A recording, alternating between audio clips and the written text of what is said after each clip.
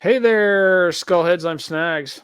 And I'm old Silky. And I'm Alan. We got Alan Beetle Bailey back with us once again. The madman. The madman, yeah. Yeah, this is a case of be careful what you wish for, because I asked if you guys were going to do a John Belushi episode, and you said, yeah, if you join. Yeah, he suggested we do a Belushi episode. I said only if you co-host it. Yeah, you have to watch what you say out loud, or Snags will just make it a show. That's right. You got to really. Okay. I kind of have podcast Tourette's that way. Yeah, it's crazy. Well, let's do a show about tape. So, anyway.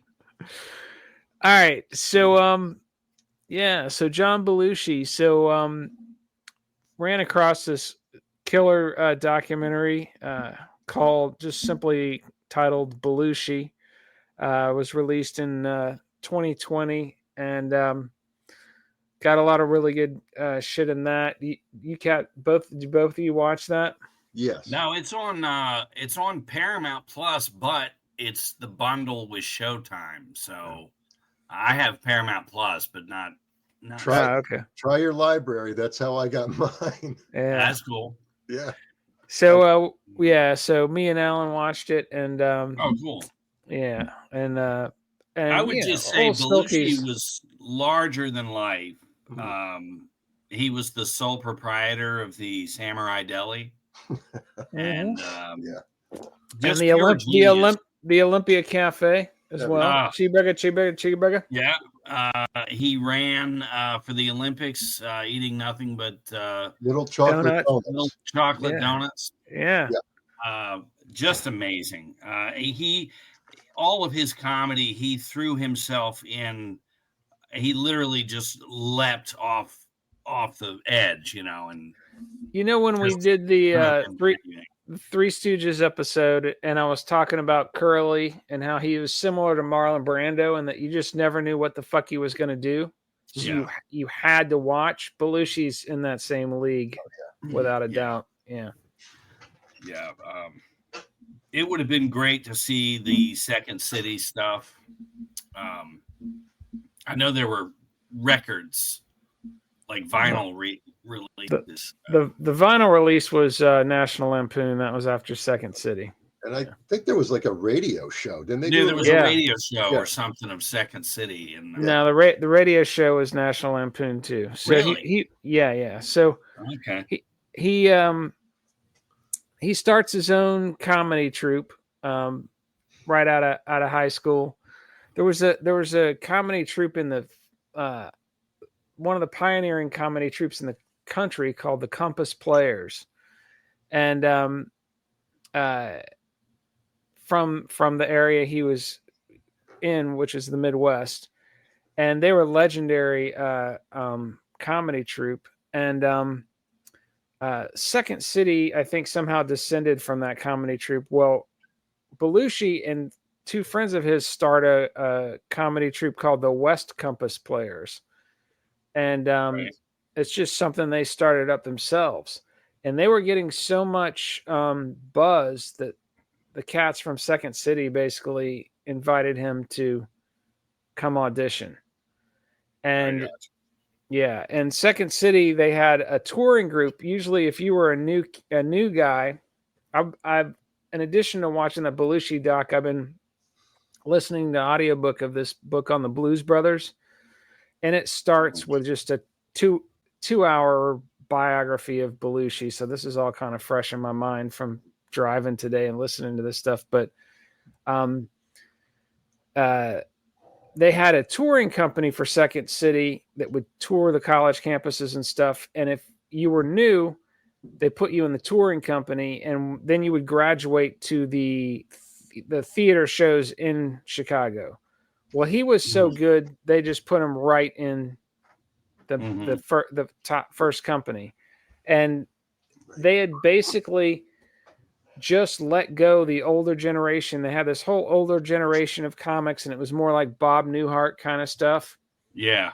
But the hippie culture or counterculture is raging all around. And so the guy who owns Second City, he sends establishment group to New York for a residency and brings in some younger kids to do the shows in Chicago. And those shows turn out to be more popular because the younger kids are all dope smoking, long haired hippies, and everybody's like, "Oh, this is great." So it was relevant. It was relevant, you know. Yeah. So he fires that group that he had sent to New York for the residency, and then heard this buzz about this kid John Belushi, and basically he fit right in with the idea that he was putting together. And it's like Bob Hope. He was never funny. I don't recall ever laughing at Bob. That guy laid some serious cable, though. He laid the cable. He did a lot for the troops overseas. Yeah. He did lay some serious cable. He was also he could clear a room with a beer fart. I was just going to say that. Yeah. But so basically, he does Second City for a while. And then he hears about this off-Broadway show that National Lampoon's putting together called Lemmings, which is a parody of Woodstock. And he's been doing this Joe Cocker imitation, and that's how he gets involved with National Lampoon. And they're the ones that did the record and the radio show. Yeah. And that radio show was basically Saturday Night Live. It was him. Oh, absolutely. It was Bill Murray. It was Gilda Radner and Chevy Chase. And there's a picture. There's some other people that you wouldn't immediately think of that were Harold Ramis, all in there. Yeah. Gilda and everybody is. Yeah, Eugene Levy was in the Canadian branch. We had John Candy. That SCTV John Candy was great. Yeah. That was a classic. Yeah, I'd forgotten about SCTV. Yeah. So then he gets into Saturday Night Live. NBC approached. Hey, here we go. We're gonna pimp the website. Condor. Tell everybody what they can find at snagsandsilky.com. Go to snagsandsilkies.com. We got t-shirts. We got mugs. We got cups. We got Lego sets. Free parking. Free parking. Yeah, free car. Yeah. And it's ladies' night. It's ladies' night at snagsandsilky.com. Yes. And free parking, I guess. Yeah. That's straight from the Blues Brothers movie. There you go. Ladies can go to our donation page and donate for nothing. We won't charge you anything to donate money to the podcast. Yeah, so you can donate for free. Yeah, only ladies can. Yeah. This could all lead to curing cancer, so let's be serious. And donate some money. Yeah, let's get down to it here, or buy some t-shirts. It's a tax write-off. It's a tax write-off, kids. That's right. Yeah. All right. So NBC came to National Lampoon and said, "Look, we want you guys to do a late night show for NBC." And the main guy, I think it was Matty Simmons was his name, didn't want to do it. They had the radio show, but he didn't want to do a TV show with NBC. So they went to Michael O'Donoghue, who was another guy in the group, and said, we'll bring you on and to organize this. And Lorne Michaels got involved somehow.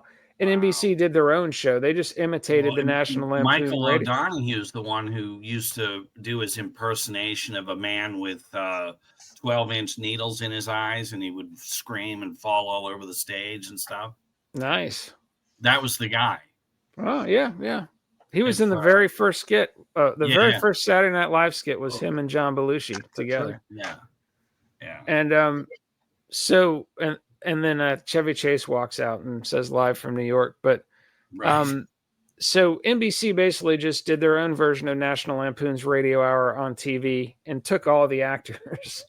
It's dumb to say no when somebody with that much money, well, we'll just hire all your actors. And well, it's crazy to think just how iconic and famous all of those guys would become. I mean, and just overnight. There's a funny segment, and Alan, I don't know if you remember this, in the Belushi documentary where there's Tom Snyder. Tom Snyder is interviewing the cast of this new show, and Lorne Michaels is kind of the spokesperson.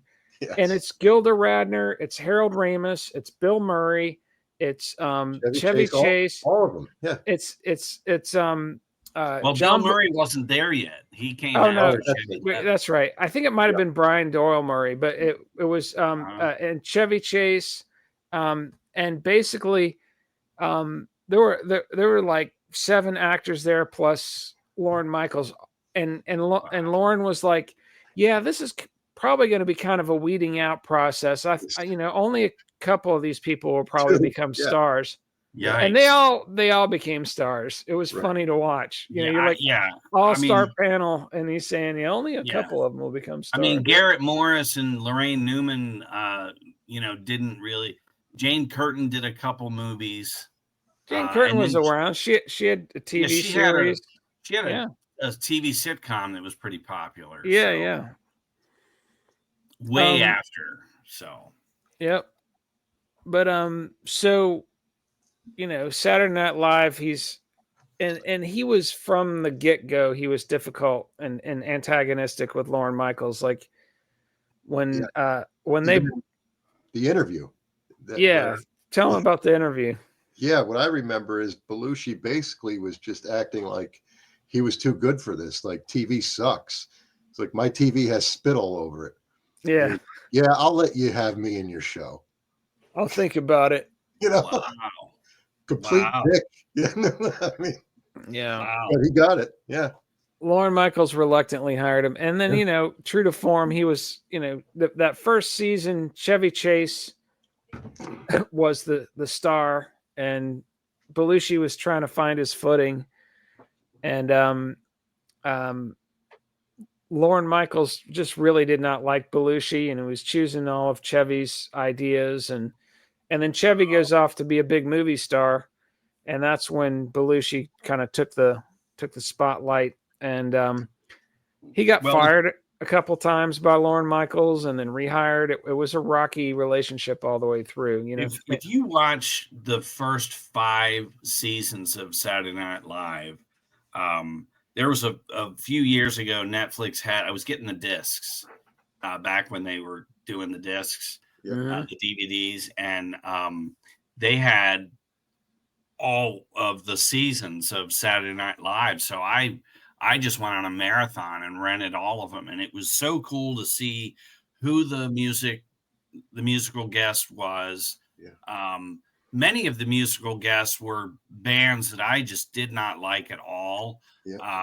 Some of the early first season would just be some soul singer or somebody that I had never heard of. But then they would have these fantastic groups on that were just epic. But when you got to after season 4 and Belushi and Aykroyd leave, you watch season 5 and Bill Murray's still there. Everybody else is still there, but you're just like, what the fuck happened? They're just each skit. There's just a hole there where you're like, where's, the energy that Belushi and Aykroyd brought.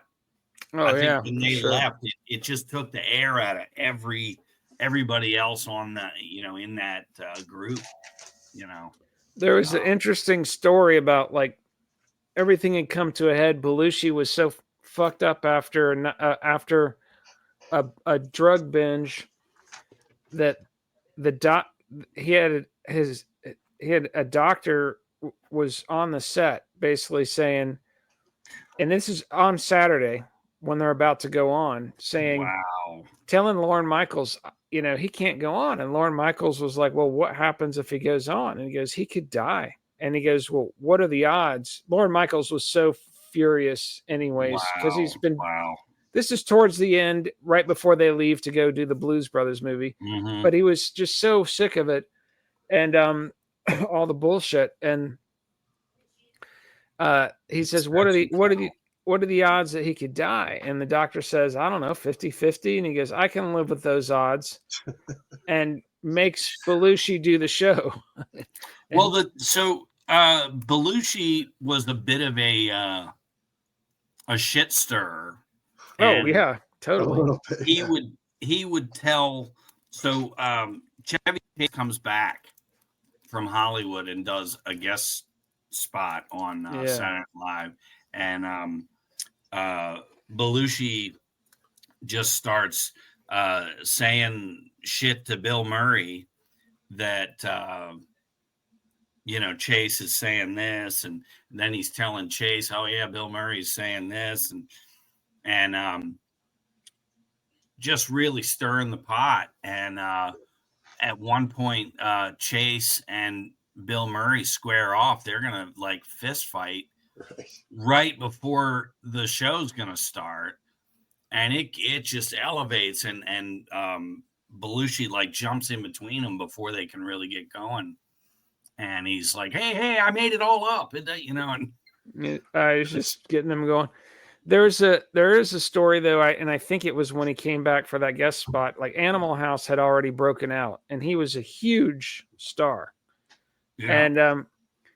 And Chevy Chase had done, I don't know what did he do, the Paper Chase or something. I don't know what he'd done by then, but it wasn't. Well, he did Foul Play. That was a Oh, yeah. huge hit with Goldie Hawn. Right. Well, apparently though, like Animal House was like Belushi was on the cover of Newsweek. It Yeah. was huge, and Yeah, it he did was, like 140 million, and it was a $30 million no, it was budget. a $3 million $3 million. budget. Wow. Yeah. It's insane. Whatever, But anyways, he was literally on the cover of Newsweek, and when he's riding at the top of that wave of his fame is when Chevy Chase came back, and they're both in the restroom standing next to each other in the urinal, and Belushi leans over and says, "I'm a bigger movie star than you are."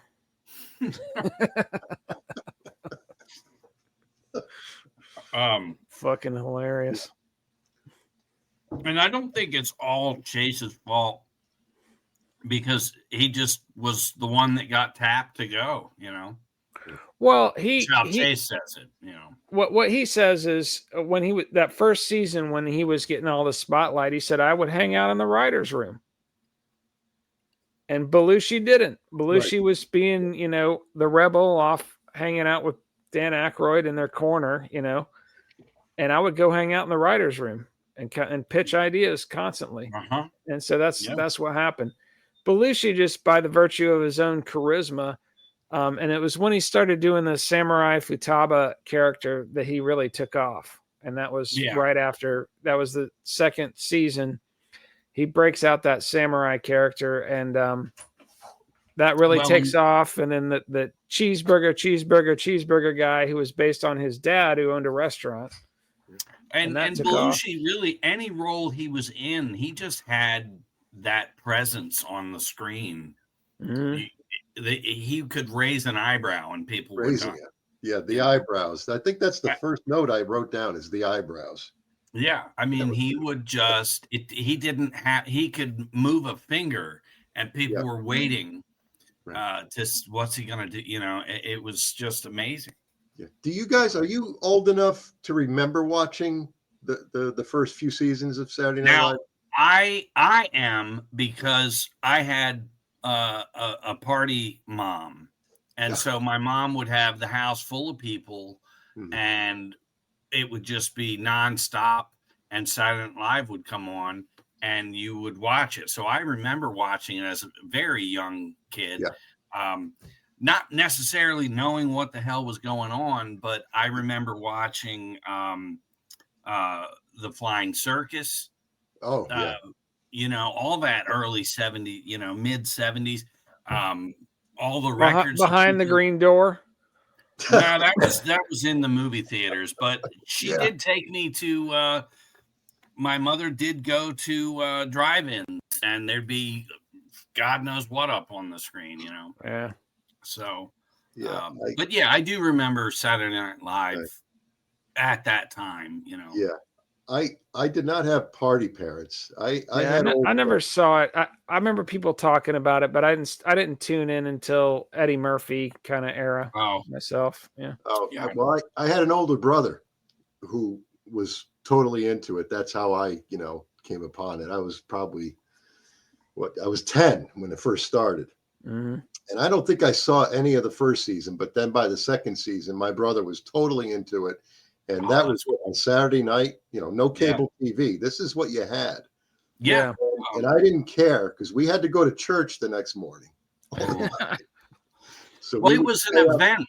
It was an event, and people would all sit around and watch. So as a kid, I remember Aykroyd and the Coneheads and stuff like that. But I'm sure I fell asleep fairly quickly or whatever. It's very late, Right. But I do remember it. But when I was able to rent them and go back and rewatch them, I was so excited to this is the first episode, and just go all the way through and see the first 5 years, really the first 4 years are just amazing. And the first season makes a lot of mistakes, and then 2, 3, and 4 are absolute gold. Yeah. And then Aykroyd and Belushi leave, and season 5 is like season 1. It's just very spotty. Right. And that was really the end of the golden age there. Right. Yeah.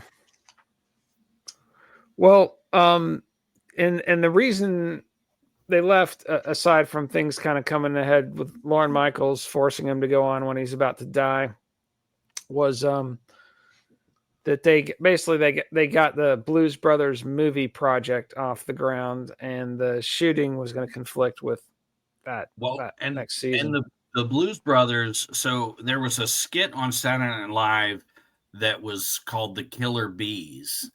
And they would all be in these bee outfits with these crazy antlers bouncing around, and you would just move your head a little bit and it would just go, and the people loved it, and it was a recurring thing.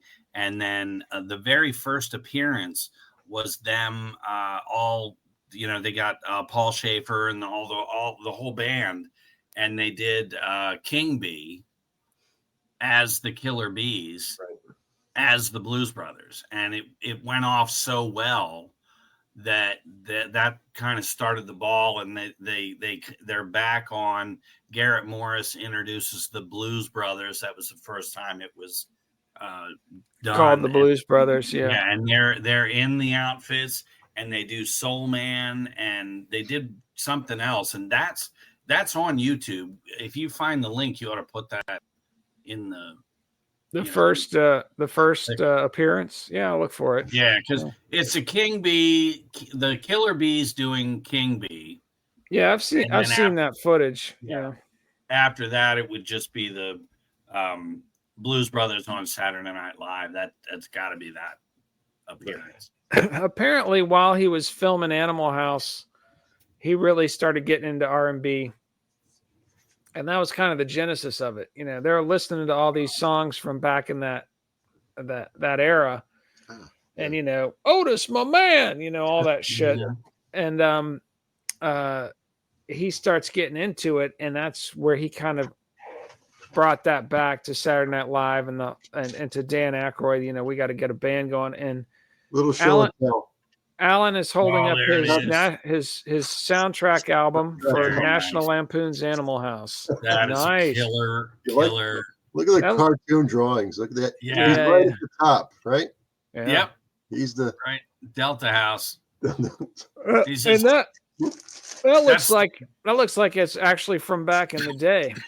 It looks like a Mad Magazine, right? Kind of. Yeah. Exactly. Thing. It's basically the movie poster from Animal House for all your cats who. But the best scene in there when he's like, was it over when the Germans bombed Pearl Harbor? Yeah, that whole scene, yeah. Oh, I could go on for days about that movie. I can't tell you how many times I've seen it, because when it came out, I was way too young to go to the theater. my brother Yeah. did, and he told me, the best scenes, like look, see if you can guess what I am now. Yeah. That's it. Climbing Right. up the ladder and seeing the Right. But yeah. we got cable TV when I was 13 years old, and this is 1979, the year after Animal House came out. Mhm. And my parents got the extra, for an extra $2 a month, you get this HBO pod. And it's a little, like a parental lock kind of thing. And all you have to do is move a button from A to B. And it Okay. descrambles the HBO channel. So no kid's gonna figure that out. Right. They made me promise something, put my hand on the Bible. I will not, Now they were old parents, so they were in bed early, dead asleep. Right. And every weekend, whatever movie was playing on HBO, I'd have a marathon. Animal House was on all the time. Ah, Yeah. It was just a dream of that's fantastic. watching R-rated movies. Yeah. Hardcore. I know you guys brought that up in an episode. Yeah. That movie. Yeah. That was when I a was rough 13 one. years. Oh my God. Jesus. It's terrifying, right? Yeah. It was brutal. Yeah. Yeah. Wings Hauser was in that, I believe. Like, Who? I don't know. cop? I don't know. Oh no, we're talking about the Hardcore. Peter Boyle. with George Yeah. C. Scott. That was in the Peter Boyle episode. Right, yeah. right. Yeah, I'm thinking of this other movie. Wings Hauser is a police officer going after a psycho killer. I forget the name of that one, but anyway. Yeah. So anyway, yeah, I watched Animal House a million times. I mean, I could probably, recite. It's such a good movie, and there was a scene where the director John Landis, there it's towards the end where the band, the marching band, and all that, and Belushi's supposed to, Tarzan in and save the day. Yeah. He's just gone missing, and they don't know where he is. And you had a real neighborhood, and people would just sit out, and Belushi went and knocked on the door of just some random house and said, "Hey, we're filming, and I'm just really tired. It's quiet in here. Can I just take your couch and take a and the woman's like, "Yeah." That story is in the documentary. The first thing he did is said, "I'm hungry. Can I go make a sandwich?" Oh, okay. He goes and opens the fridge. It was an old man. He goes and opens the fridge and just takes a bunch of shit out, makes a big sandwich. Holy shit. Can I crash on your couch? And the guy knew who he was. So he's like, wow, John Belushi in my house. And then he goes and watches TV for a while and crashes out on the couch. The audacity, That's good amazing. to be the king. Yeah. That's amazing. I mean, I would open the door, but John, come on in. I know, right? Who wouldn't, right? Yeah. I got to say though, I think my favorite scene in that movie is, and I can't hear "What a Wonderful World" by Sam Cooke without thinking of him, John Belushi, going through the cafeteria. Oh yeah, grabbing everything, taking bites out of stuff, putting it back on the shelf. Yes, and I just every time I watch that scene, I'm dying. Apparently, John Landis said, "I want your character to be a cross between Harpo Marx and Cookie Monster." That's the instruction great. He got. Yeah, that's fantastic. He nailed it. I just love him. See if you can guess what I am now. Oh my God! And just as a kid, I thought that was the funniest shit ever. And then the food fight. I mean, I never had the balls, but I always wanted to do that. Do you know how many food fights happened as a result of that scene? Thousands. Absolutely. Yeah. Absolutely. But what, as a young kid, seeing him being looked down upon by these, preppies, even at our young age, Alan, we could recognize those people, right? And so for him to to just thumb in their eye, it was just beautiful. Fantastic. Yeah, exactly. And you have to remember the toga party where the guy's playing the acoustic guitar. That's great. I fucking love Oh, that scene. I gave my love a story that had, and he just smashes the shit out of it. Picks it up and smashes the Sorry. shit out of it. Sorry. That's the killer when he actually apologizes. Yeah. Why are you apologizing? And just hands him the remnants so they get sorry. God, yeah. And then Old Boyfriends. I remember that movie, but it's not. I don't think it really went anywhere. I never saw that. What was it about? It's like the cover is like 4 or 5 people, and they're all like ex-boyfriends of this girl, and it's like that's what I remember. It didn't really go anywhere, and he's only, if you think about it, like Going South, he's got a very small part. Old Boyfriend, same thing, just real small. And Going South, is he the one that has the line with the badges? We don't need no stinking badges. Is that his line? In that? Well, badges. That's an older movie, I think. That's right? the other. That's Blazing Saddles. Oh, okay. I thought that was in Going South. Well, that line, I think that line creeps up in a few movies. It may. I'm gonna ask AI right now where that. Yeah, there you go. I remember Going South had some good bits of him as a real sleazy bandolero. Yeah. Much like that Bogart movie, Treasure of Sierra Madre. Had a real sleazy guy, but what I was getting at is that even in 1941, he had a very small part, but you just couldn't wait for the next scene that would have him flying that airplane. Yeah. He's the only character I remember from that movie. I only watched it once. Exactly. And Dan Aykroyd's in that movie. Yeah. There's a whole slew of people in that movie, right. But your takeaway 30, 40 years later is fucking Belushi pulling a little rubber duck out from under his ass. Yeah, I've never seen 1941. So the badges, we don't need no stinking badges. It's Treasure of the Sierra Madre, and then they mock that line in Blazing Saddles. Right. Yeah. So, but You were wrong. I know I was wrong. It happens every now and then. Let's take a moment. But I do. I remember watching Going South when I was marathoning all the Nicholson stuff, and you got Nicholson, you got Brando, and you got Belushi in the same movie. It's we rented cool. Going South back on Courtney. Back in the day, Back in the dark.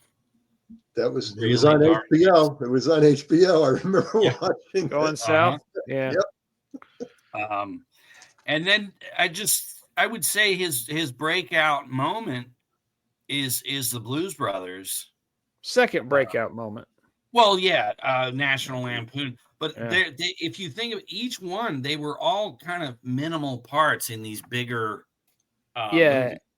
Yeah, National Lampoon was an ensemble, but he was the star, basically. But the Blues Brothers is really the first one that it's him and his buddy created this thing. Yeah. And it's just iconic. It's a great fucking movie. I watched it God today. Damn, it's so good. It's just every moment, every scene, just him coming out of the prison with all the light behind him and just his silhouette. Mm-hmm. It's all just, and then when they're on the stage in the theater towards the end and they're doing all the moves and stuff, there's a moment that's literally the cover of the next album, them on stage. It's just great. When my wife and I went to Panama a year or so ago in the summer, and it's a bit of a long flight down there, and I watched the Blues Brothers on the way back. And for the first time in, God damn, it'd probably been like 10 years. I have the DVD, but I hadn't watched it in a while. And I was just shocked at what an awesome movie it was. And all the amazing guest stars that are in that thing. Yeah, Ray that's Charles, James Cab Brown, Calloway. Aretha Franklin, You Yeah. got Cab Calloway. Cab Calloway. He- How many God people in damn. 1980 probably thought, shit, he's dead, and he looks No. great. I Right. think he steals the show at the end Yeah. with the white tuxedo and the whole Mhm. get up, everything. That whole Minnie Yeah. the Moocher segment. Oh, Yeah. Just John Lee Hooker. phenomenal. Yeah, John Lee Hooker. I mean, I was Yeah. just like, I had forgotten. I was like, oh my God. And John Lee Hooker too? Holy Yeah. fuck. And Yeah. it's just funny as hell. He was struggling pretty hard with his addiction while they were filming that, but fortunately it didn't affect it too much. Yeah. It was really strong script, and they got the performances in. Apparently he really wanted, because Belushi was really he had a high school sweetheart, Judy, and he marries her in the mid-70s, and he liked female attention because it was good for his ego, but he really didn't chase other girls. He was pretty faithful for the most part. So Wow. they're in 'Cause I this thought movie. him and Carrie Fisher were. No, I'm about to tell you. He really wanted Carrie Fisher to hook up with Dan Aykroyd. He thought they'd be a great couple.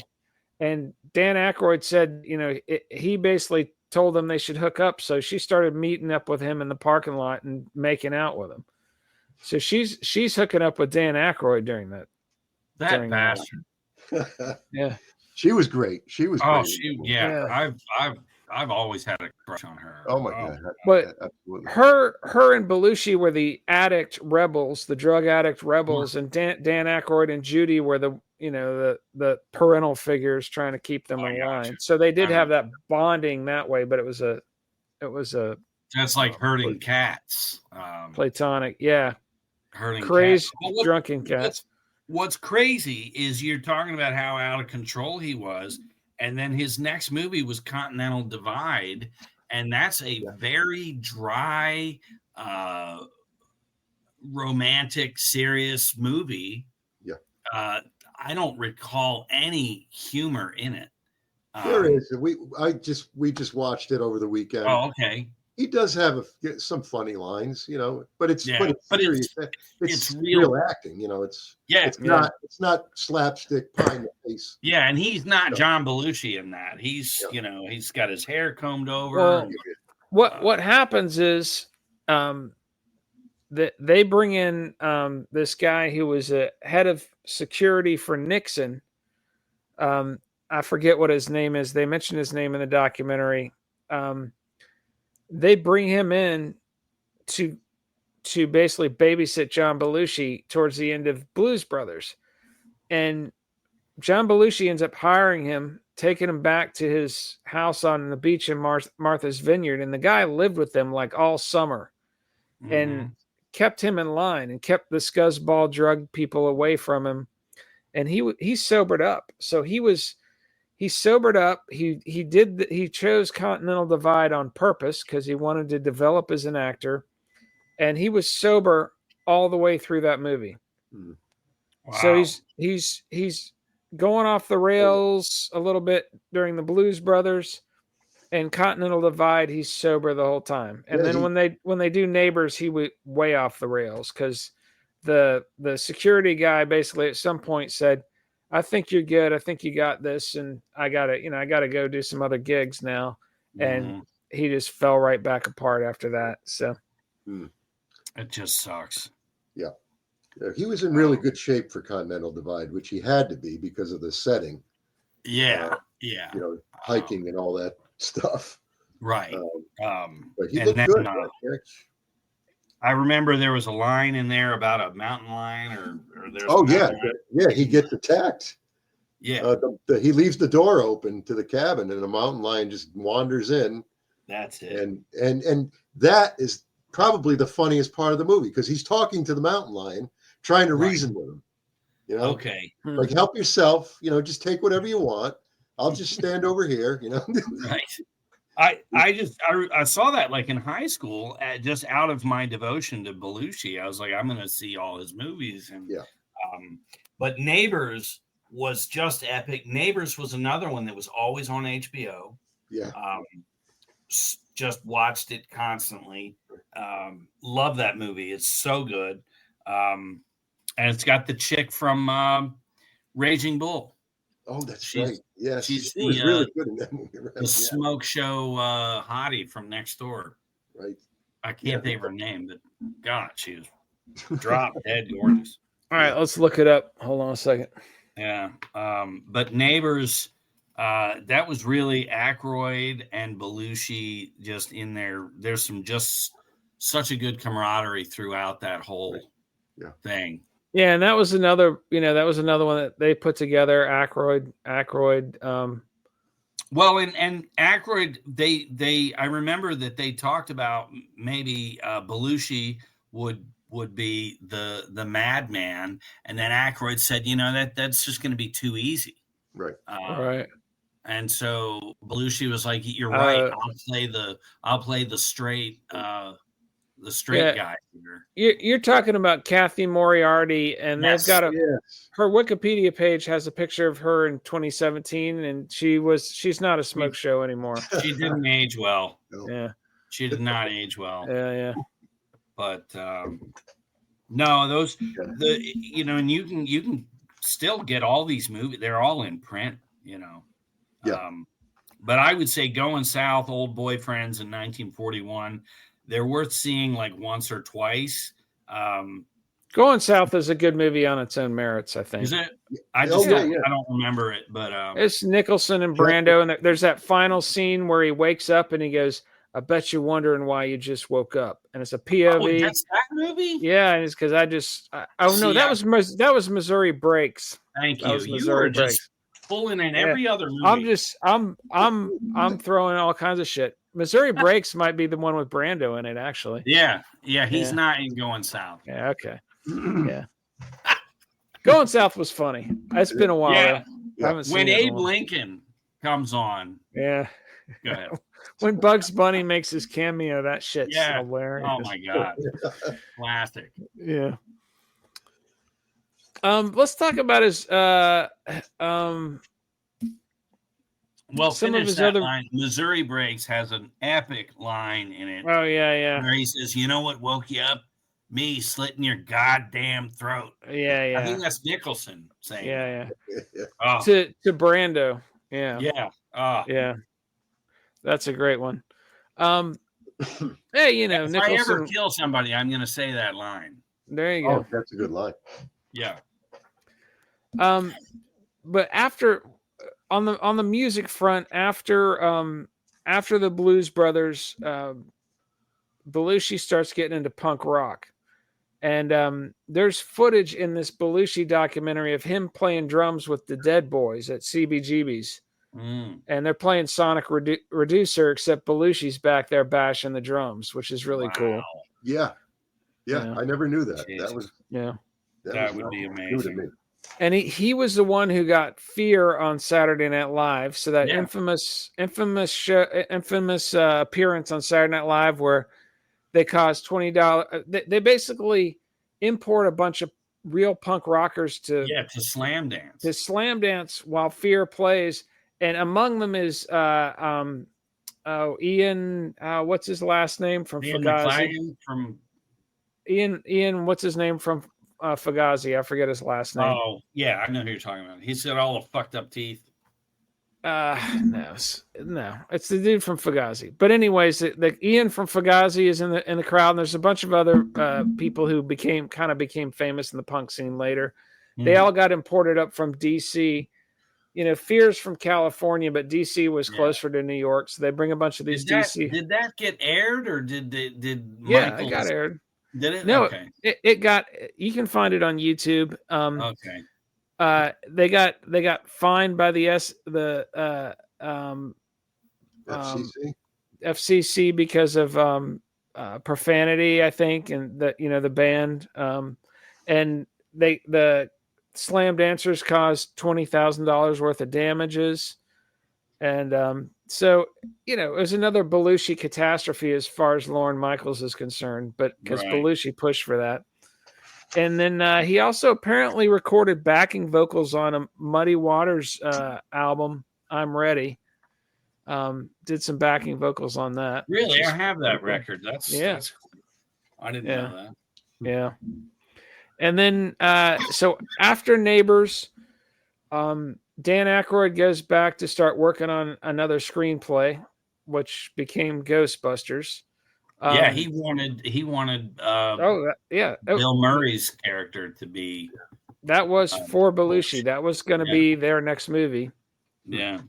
Belushi goes out to LA and starts working on a script with Don Novello, aka Father Guido Sarducci. Yeah, he was hilarious. He wrote a shit ton of skits for Saturday Night Live. Yeah.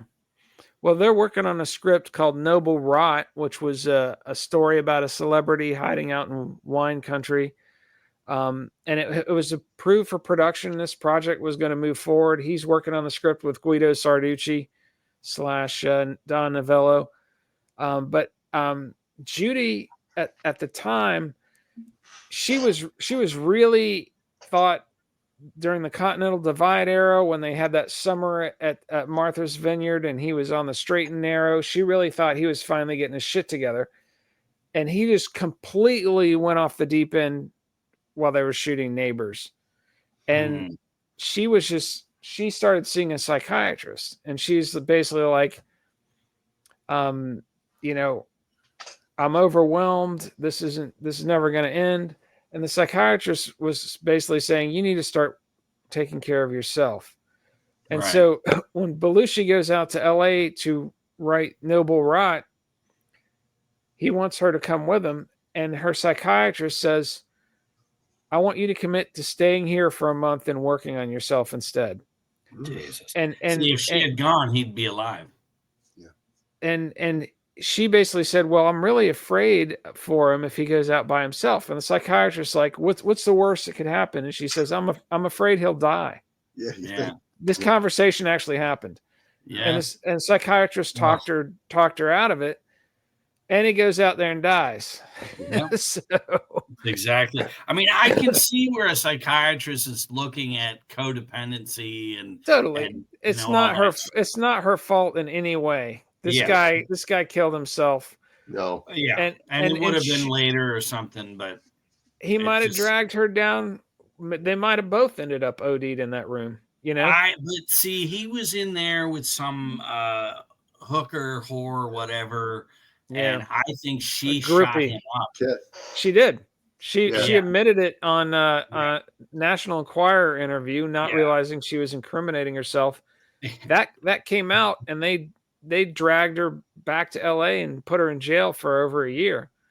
Jesus. But the last two people to see him alive other than her was Robin Williams and Robert De Niro. They both visited him that night.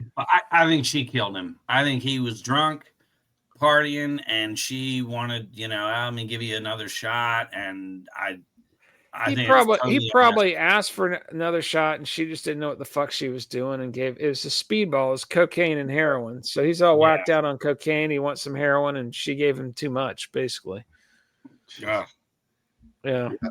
So I read the Wired book, right? I read that years ago. How is that? It's fine. I sent you guys that Bill Murray clip where he just, he says it's garbage, exploitation, garbage. Yeah, I've heard people rip on it for so many years. I read it years ago. I read it like in the 90s. Now I get where he's coming from. Nobody wants to read that about their friend. Yeah. I didn't see anything there really sensational or salacious.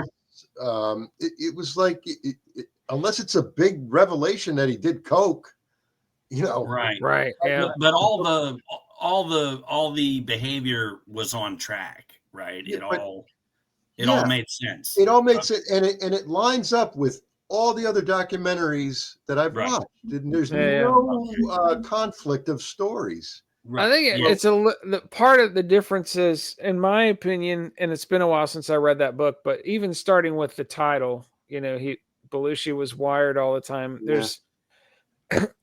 you're looking at Belushi through the lens of his drug problems and all of that. Whereas you look at that documentary, Belushi, the drug problems are part of it, but it's more focused on him and his work, I think. Right. Yeah. I think it's that's the difference. And I think Wired, Bill Murray said he just read the first few pages and he's like, I can't read this. And I think it is opening up with a bunch of sensational, drug problem stuff. And so just to start it that way is in bad taste, I think. But Aykroyd says that, had Belushi been the way that he's portrayed, that Aykroyd would not have hung out with, that Belushi wasn't some mad fiend yet. Right. Here we are. So, which is it? It's hard to say. And, like we all hang out, have some drinks, and we all go home and we see each other the next day. How do we know that one of us doesn't go home and just, what I mean? I mean, I've got three friends, we all went to the same high school, there's four of us and we're all still alive, but there was one that we expected him to die. He was out of control and he got married and I believe, she saved him. That's how it usually happens. He was absolutely reckless. Yeah. Bought a new Corvette, not 2 weeks, smashes it up, just driving drunk and just absolutely trashes the car. So we were just waiting. We would not have been surprised. Right. To hear, Stan's dead. So it would have tracked to get a call at some point. Yeah. Right. So Well, I tell you, after my divorce, I came down to Florida. I met my wife, and I tell her all the time she saved my life because I was on a downward spiral. My unwritten fictional story about that time is called Downward Spiral. I haven't written it, but it's all up here. Yeah, I think it'd be a good story. I think it'd be a good script. Sure. There's a couple stories I've heard from that era. Was one where he wakes up at wintertime and I think this was in Atlanta before you went down there. Tell that story. I'll tell. So I'm out at this bar, just trying to empty the bar of alcohol, and the bartender's like, "Look, you need to go out to your car and go home. It's snowing." And I'm like, "Okay." And I go out, and I remember leaving the bar, and the next thing I know, it's like 4 a.m, and the woman in the house behind me, they had an elevated house, and they could look out and see into my side yard, into the door I would go in and out of, and she gets up at 4 a.m. to make coffee and just enjoy the quiet early morning. And she's looking out her little area where she has her coffee and sees my kitchen light on, my door open, and a body half in and half out of the doorway.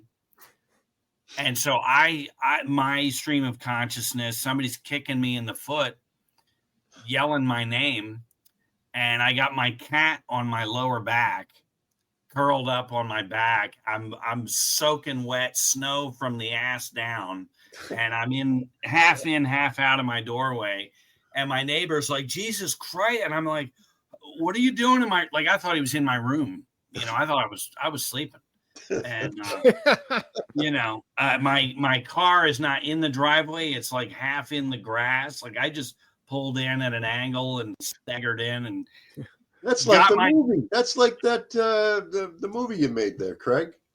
The guy that gets dosed and he drives his car home, leaves it in the lawn or whatever. Oh yeah. Chaos Monster and the Sun God. Yeah. Oh, okay. Anyway.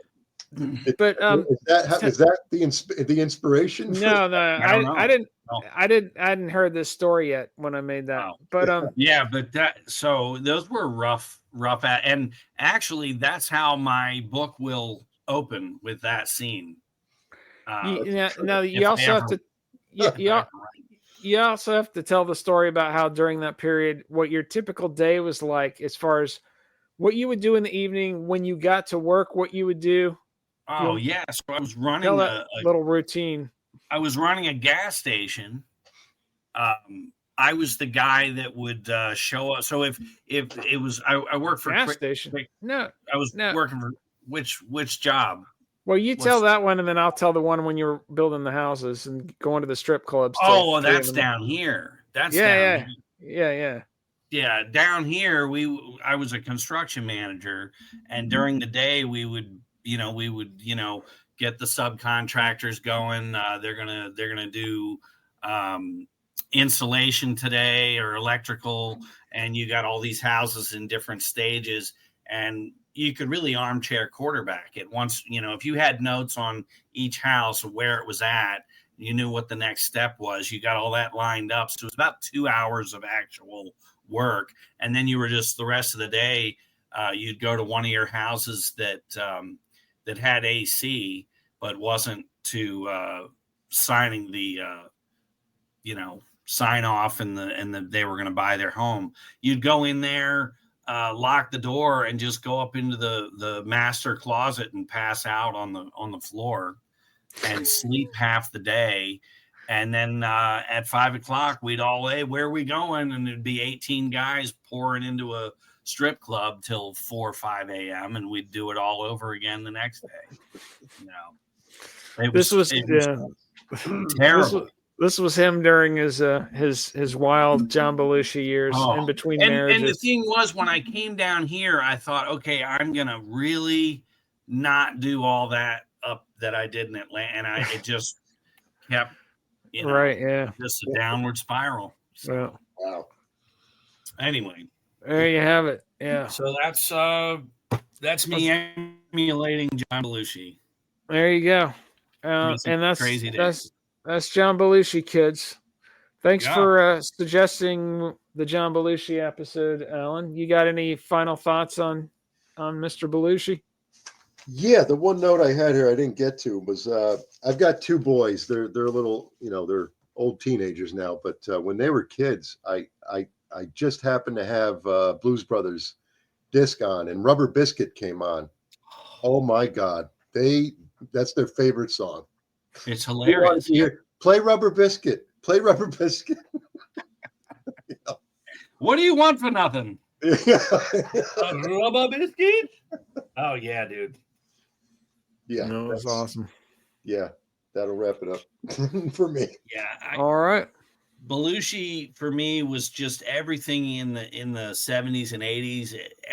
You just worshipped that madness. And even there are skits on Saturday Night Live where they reference the partying and the coke, and it's all, they built that up. It was, and I always felt that was Lorne Michaels trying to shame him, Yeah, I can't pinpoint what sketch it was, but they were talking about coke or whatever, and John Belushi's like, yeah, I have no idea what that's all about, and he bites into a powdered sugar donut. And the sugar sugar's under his nose. Yeah, they're at the lockers, and Jane Curtin and everybody, and they did a skit with Lorne Michaels in it where and I think this was before the thing happened with the actual doctor, but where Belushi gets wheeled into Lorne Michaels' office and he's all limp in a wheelchair, looking like dazed, and the doctor's like, Belushi cannot go on tonight. Yeah, he's completely just, he's been doing too many drugs, and he hasn't paid me for his medication. Can you pay me for the medication? I can give it to him, and then he could go on tonight. And Lorne Michaels was like, no, I'm not paying for his medication. He goes, well, if you don't pay me for the medication, I forget how the logic went. He's like, I could lose my license, and if I lose my license, I won't be able I won't be able to give him any more under the table prescription drugs. And suddenly John Belushi gets up and goes, "Oh, Wakes up. let's go." He's like, "Not gonna give me any more drugs. Well, I'll go on. Fuck it." There was just such a dynamic with all of them, and then Steve Martin was on all the time, and him and Gilda. Just it was such a magic time. That troupe, just pure gold. I remember coming home from school. I guess it was 1982. And I would always come home from school. I'd turn on 96 Rock and just have it on in the background while I was, reading the latest Hit Parader magazine or whatever. Right. And a news flash comes on, and they're like, John Belushi was found dead at the Chateau Marmont Hotel in Hollywood, California today, blah, blah, blah. And there was a kid at my school who loved John Belushi. I was always talking about him, and I actually called him up, and I was like, "Man, John Belushi's dead," and he's like, We heard it on the school bus. Yeah. He's like, "You better not be fucking with me," and I'm like, "Dude, turn on the TV, man." Yeah. This is the last thing. Bill Murray in the snow there at the gravesite. The news, and you saw it was Bill Murray, and it was just him, and you could tell Bill was saying stuff, and it always choked me up to think of, where you wonder just what was he saying, Yeah, saying goodbye to his friend. Yeah, it's awful. Yeah, really, really awful. I remember I used to get Rolling Stone, back in the early '80s. Back when it was still an actual music magazine. Yeah, it was about rock and roll. Yeah. Before it was toilet paper. Yeah. But they did it on the cover. John Belushi was on the cover. Yeah. And I swear it was just a few weeks later that he was on the cover again with his, as dead. Yeah. Unbelievable. Yeah. I mean, really, for me, I think of the early 80s, you had John Lennon dies, then Pope John Paul Reagan gets shot. John Bonham. Yep. John Bonham dies, and then John Belushi, all within like 2 years. And I'm like, Jesus Christ, what's up with the Johns? Well, that's because the CIA was killing famous people named John. Anyone named John was, at the time I had a buddy, we're like 11, but I'm like, hey, John, dude, you need to keep your head. He's like, oh my God. And crazy.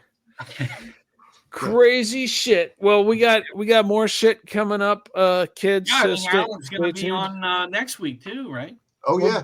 Yeah. If nobody gets hit by a bus or wins the lottery and tells us to fuck off, we should have Alan and Steve from Wet Shoelaces rapping about the mighty Frank Zappa. So yeah, if you guys can get the notes on that, I'm stuck working 6 days a week. Don't worry about it. Yeah, I'll have reference notes, and then Steve will not need any notes. Steve is a walking Frank Zappa encyclopedia. I will say it next week. I do have almost every single Zappa there is. Cool, and I love it. It's just so good. Yep. Yeah. Anyway. All right. Well, we'll more on that next week. Peace out, motherfuckers. Yep. Oh, I do have a playlist for tonight's show. It's all the Blues Brothers stuff. So nice. Yeah. I emailed that to you. Yep, check out snagsandsilky.com for the playlist, for the documentary we were talking about, and maybe read the book by Cyrus Bunker. Oh yeah, the book we wrote. Yeah, just as a total irrelevant aside, we wrote a book. Exactly. It's on there. Read it. Yeah. Donate to the podcast. Minimum donation $4 million. All right. Peace out. You got to say deuces. Deuces. Say goodbye, Alan. Goodbye, Alan.